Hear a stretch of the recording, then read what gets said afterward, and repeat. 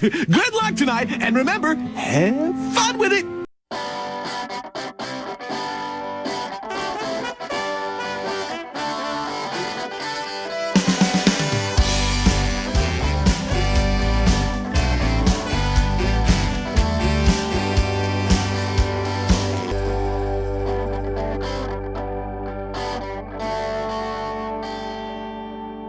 So what you're telling me is that every single time a Nazi was represented in media as this over the top crazy person that like just used Hitler as a code or a password for everything because they were so fanatic about him, that was true. That was just it was law by the state. it was law.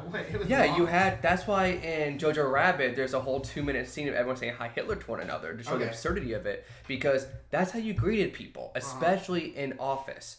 Because in Nazi Germany, especially during the war, Hitler was the state. He was a representation of the state, and fascism is everything for the state. And he was the personification of it. So if you are loyal to Hitler, you are loyal to Germany and the greatest of Germany.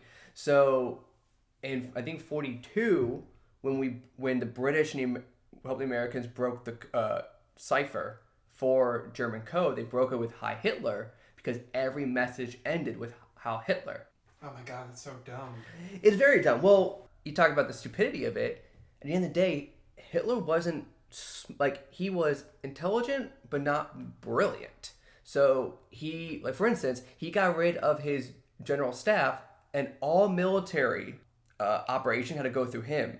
And he slept in an hour late that day, and that's one reason why we got through in D-Day. Because they didn't move the troops.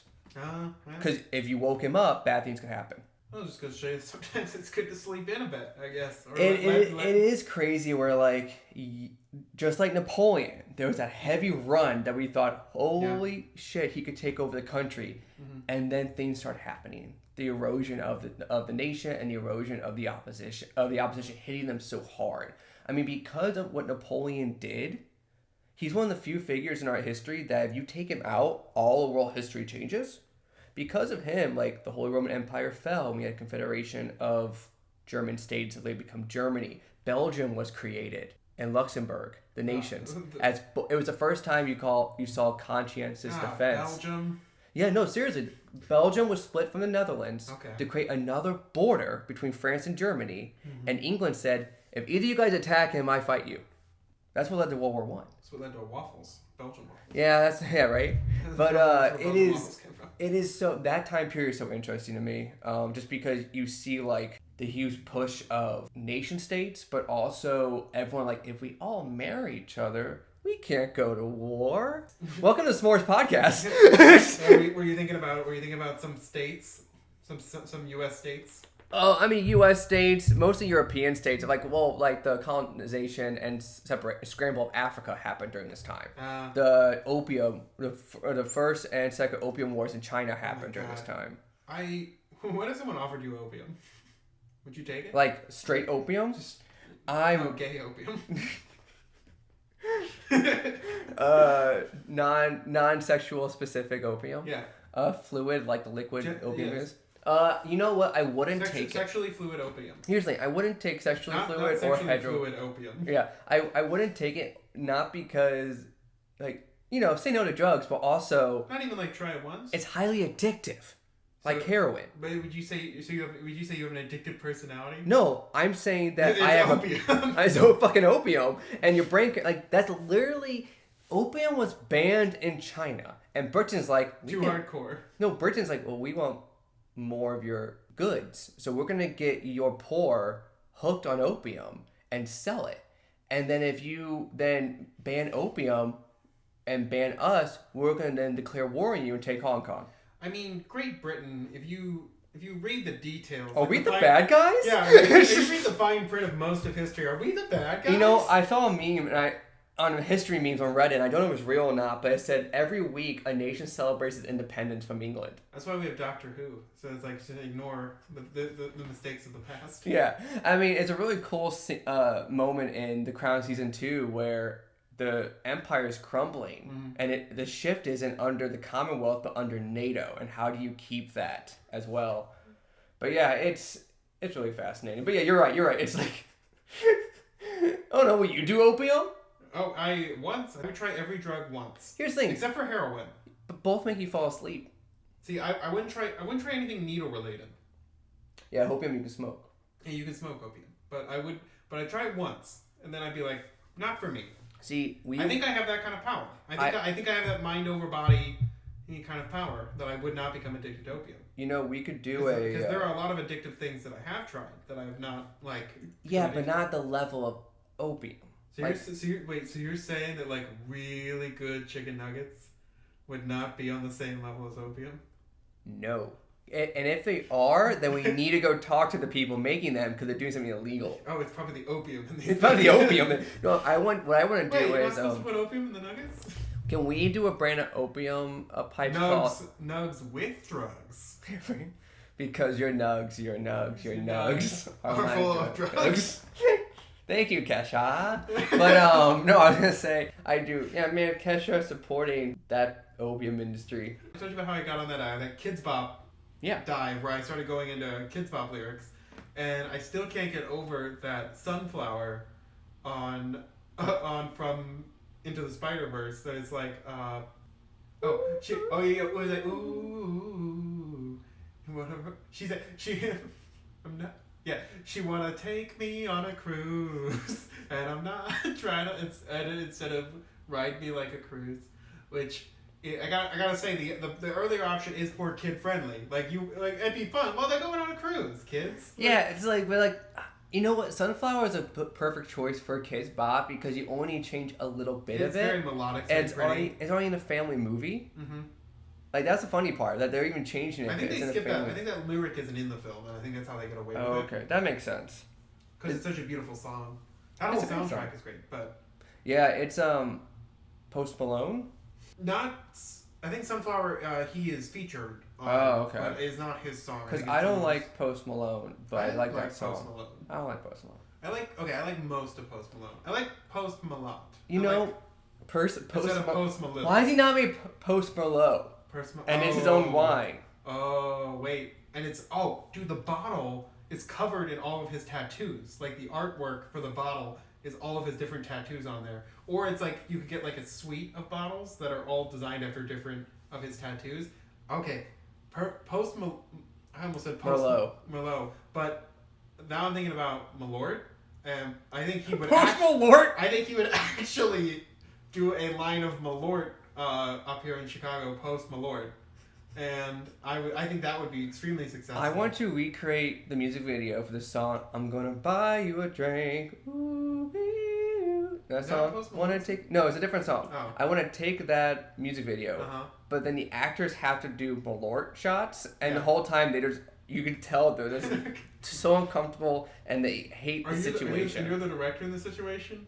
Yeah, no, like it's the exact same music video. Wait, are you gonna do multi-takes just because to force them to have to take these No. It's just like in the music video when they sing that, like they're drinking because he's buying a girl a drink, but he's only buying the actors Malort. Yeah. So they're like,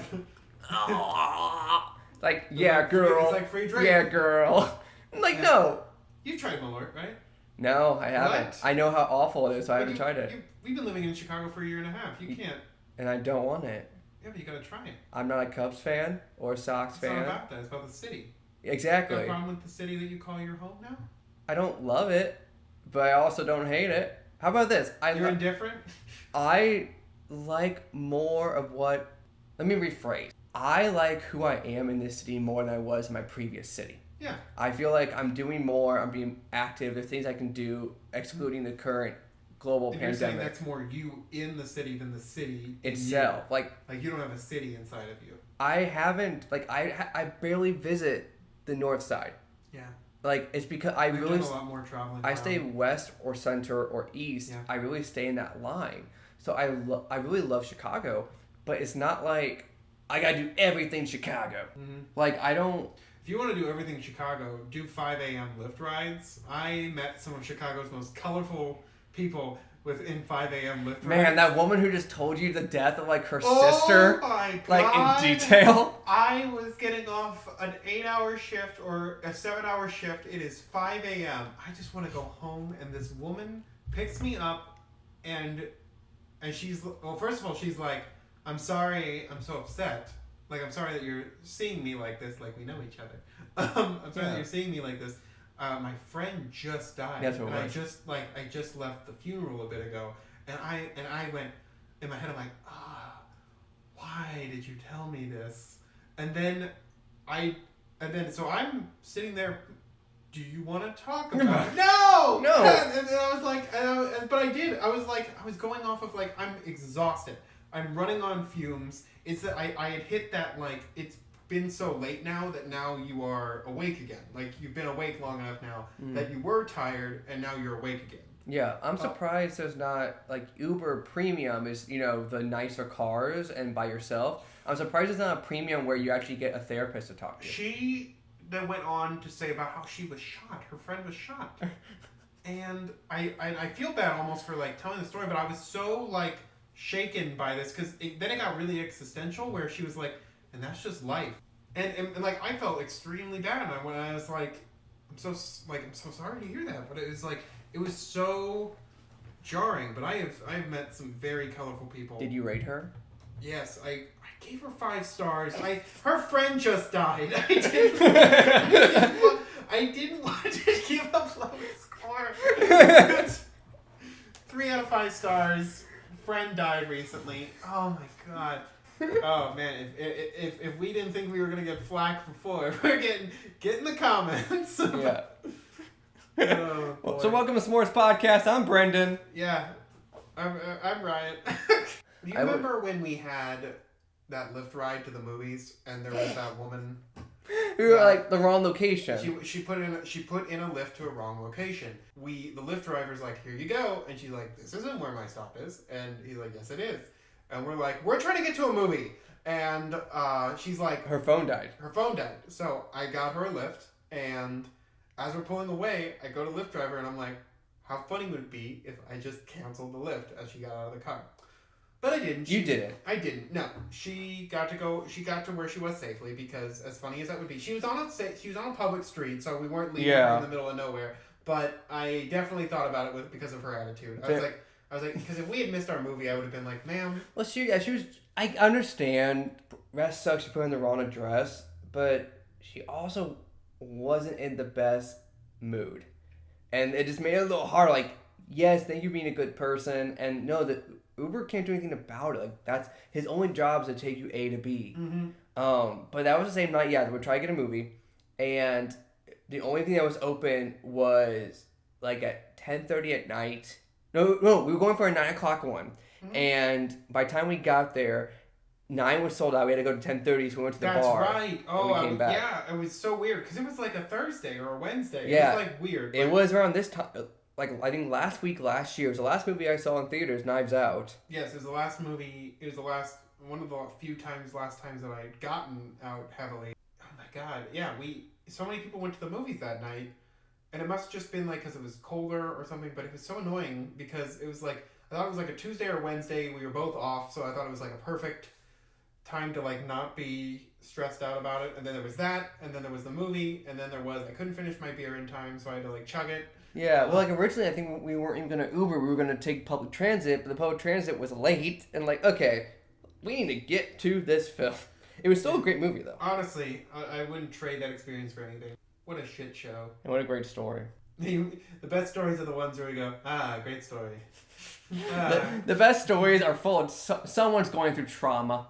Yeah, no, so far, it's just been people that are upset around us and people that are traumatized around us. Oh, so this is, of course, complete tangent. I have a really bad habit of getting into weird situations with people driving. Yeah, because when you were a bar back, you would come back so late. Yes. And getting the 3, 4, 5 a.m. Lyft drivers are characters. If you ever are bored and awake, honestly, take a 3, 4, or 5 a.m. Lyft ride somewhere, especially those 5 a.m. Lyft drivers, because those guys and gals and everyone, those individuals are driving around at the crack of dawn. They've probably been up all night, so they're either on some caffeine or on like just good vibes. This sounds like a really bad pilot for a show. I thought it'd be fun to do a podcast with just getting into a Lyft and just interacting with the Lyft driver and like.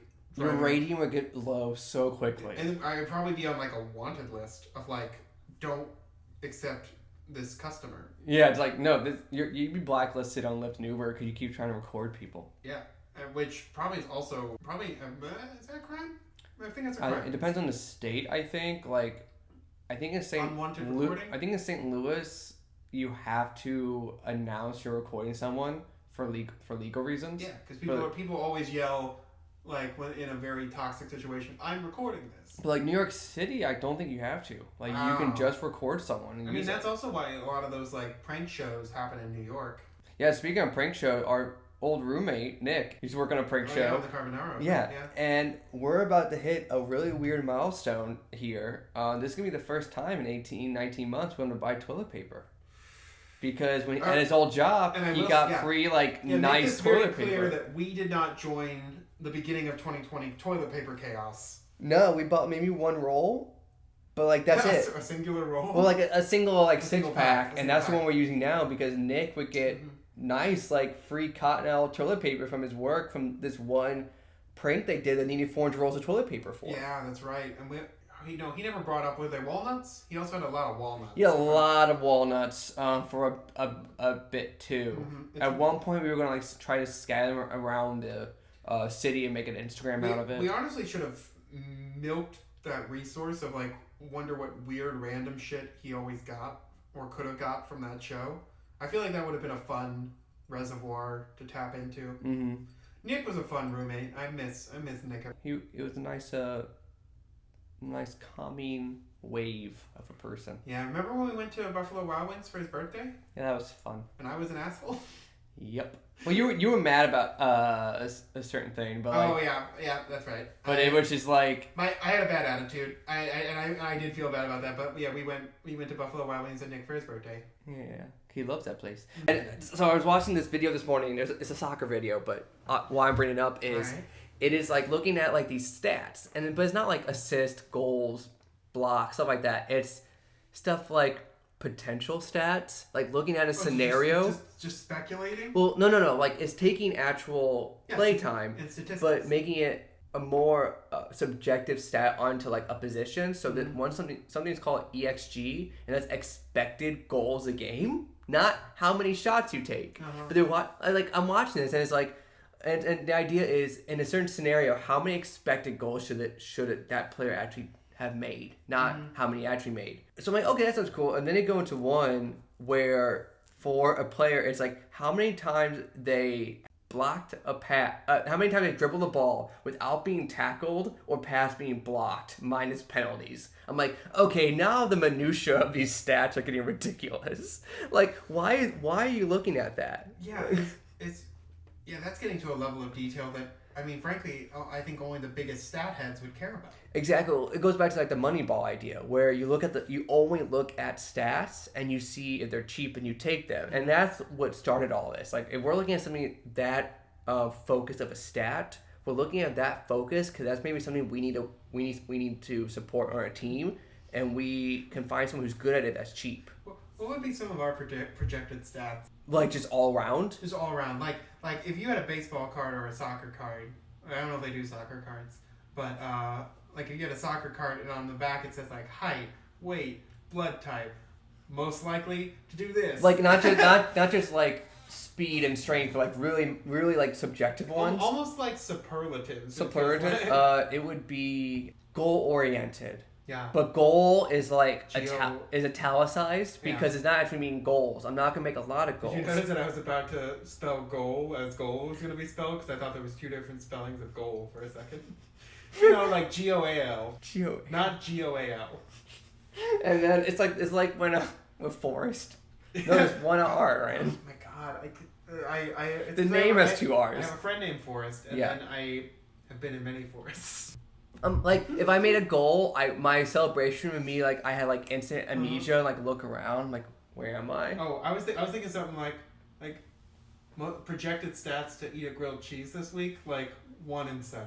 Yeah, it's like not how many you ate, but like in the scenario you were in, did you eat one? It's like you went to a restaurant that's known for grilled cheeses. So like a new week, I need to put down money of like, is Ryan gonna eat a grilled cheese this week? Well, you have a 1 in 7 chance. So we're doing like expected. Let's do this.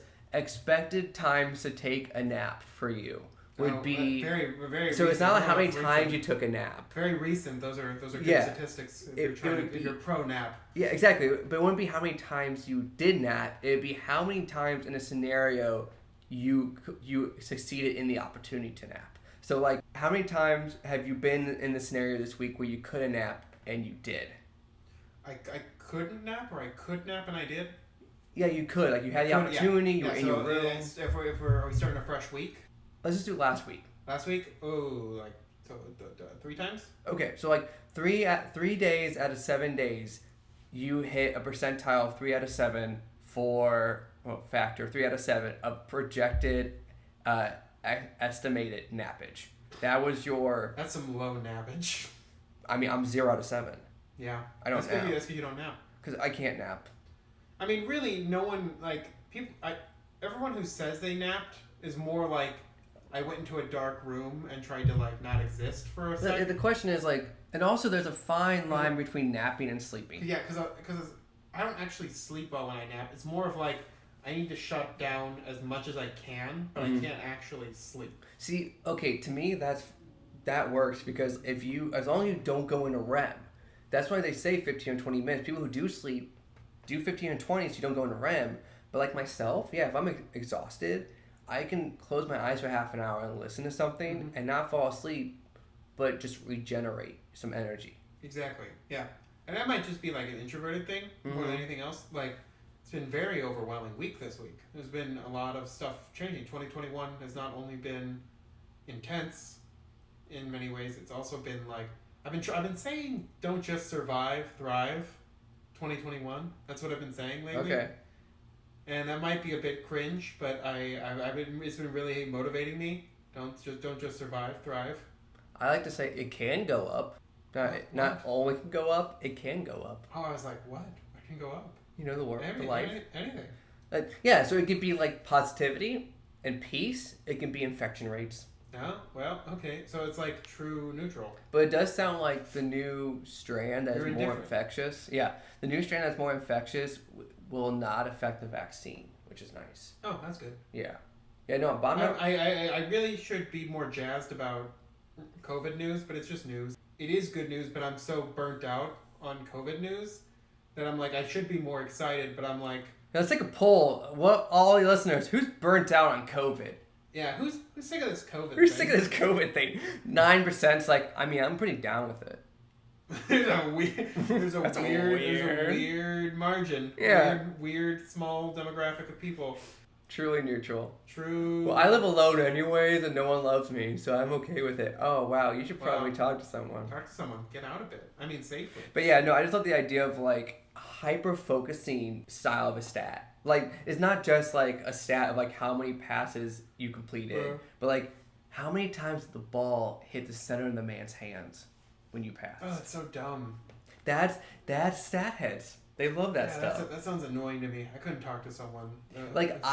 Here's the thing. Once again, I don't care about that, but if I was coaching a team, I want someone like that on my management team. Because they could find like little things that we could focus on. Like if like going back to Moneyball, if we don't have a lot of money, but like this guy can pass the ball really far and really straight. I never saw Moneyball. Good movie. I remember we were talking about Jonah Hill's career and how that was like one of the movies that really tried to show that he is not just Superbad guy. Yeah, not Superbad guy, guy from Superbad. Man from Superbad. Boy from Superbad. Boy, man, Superman, bad boy. Well, he does play like a Superboy-esque character in Megamind. That's true. He's the villain. Twist. Spoilers. Why does Megamind not have a sequel? That's on my list of movies. It doesn't need a sequel. It does. Where would it go? After the first movie. No, I know, yeah. Yes, chronologically. Prequel. No, actually, the prequel will make more sense. No, but there's nowhere... But there's nowhere to go with it. No, there is.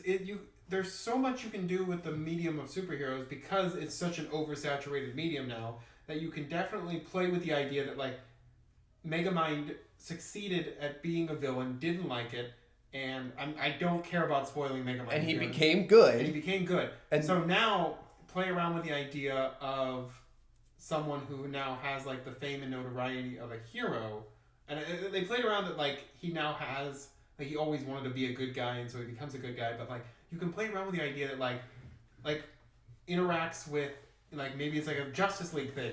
Like you could even do like a parody. Oh, so the next thing is that you make the world bigger, and he joins. He's taking the spot of the Superman who left. Yeah, and like the Superman-esque character. So like now he's the leader of like extremely competent heroes because he's taken over that spot, and I think that's ripe for stuff because like, or you can make parodies of. And they have their own Legion of Doom. We're like, what the heck, man?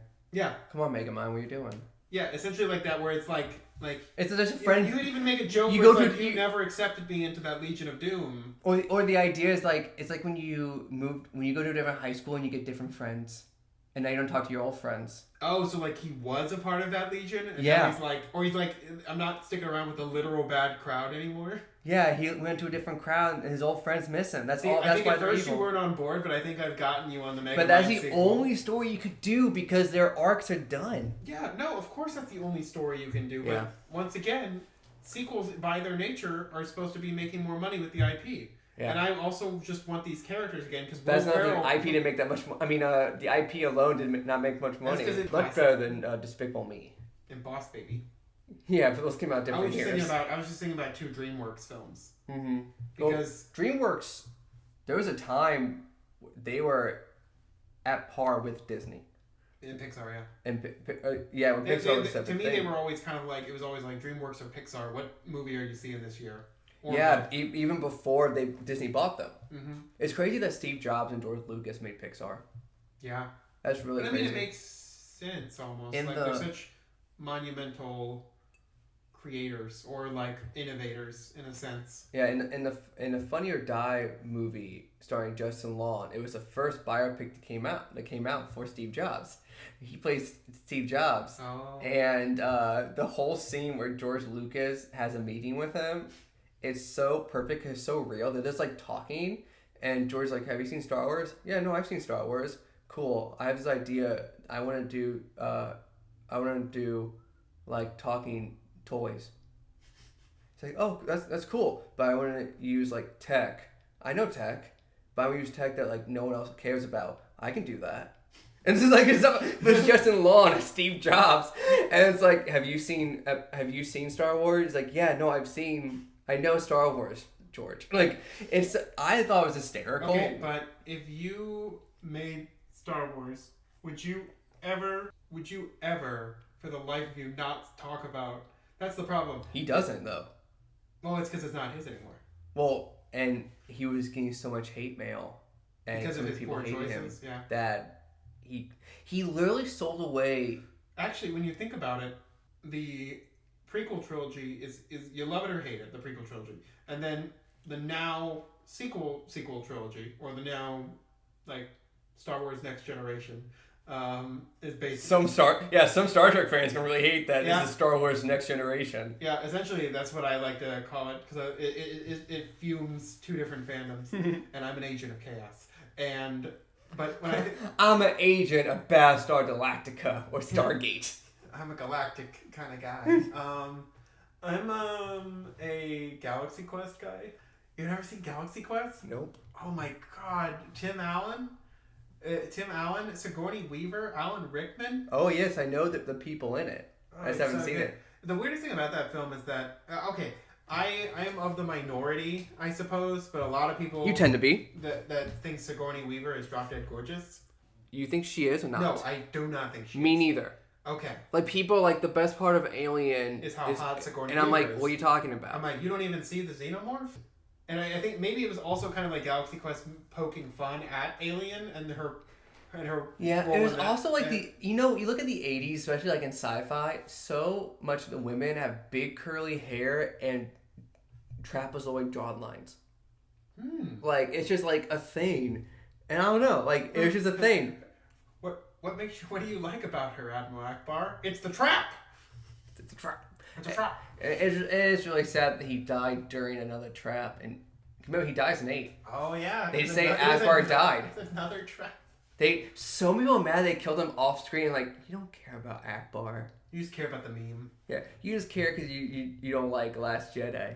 My point was about Galaxy Quest. No, about the Star Wars is that besides the original trilogy, only a few things the fans have like 100% agreed on.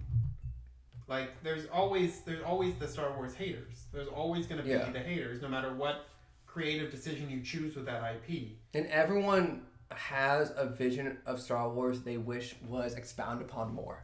But some people want. That's the beauty of like a well created fiction is that it's a thing where it's like that's why I'm thinking about this Amazon Lord of the Rings series coming out. The $1 billion. They keep saying $1 billion. I understand it's a lot of money. No one spends $1 billion. But like the Game of Thrones finale was also a lot of money. It didn't make me like it anymore.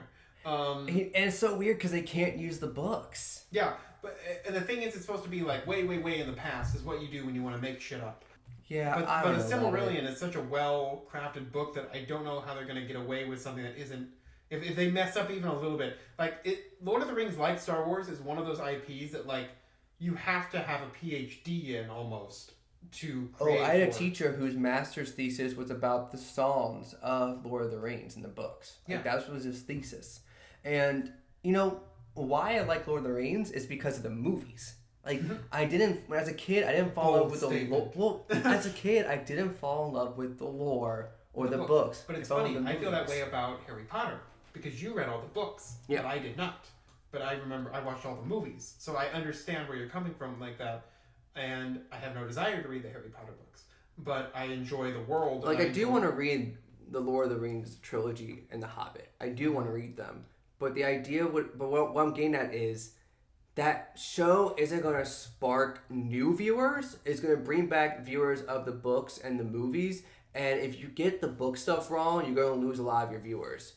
Game of Thrones hit hard because Game of Thrones was able to do something that most shows don't do. And they said, no, we're going to kill our characters. Like, every episode could be the end.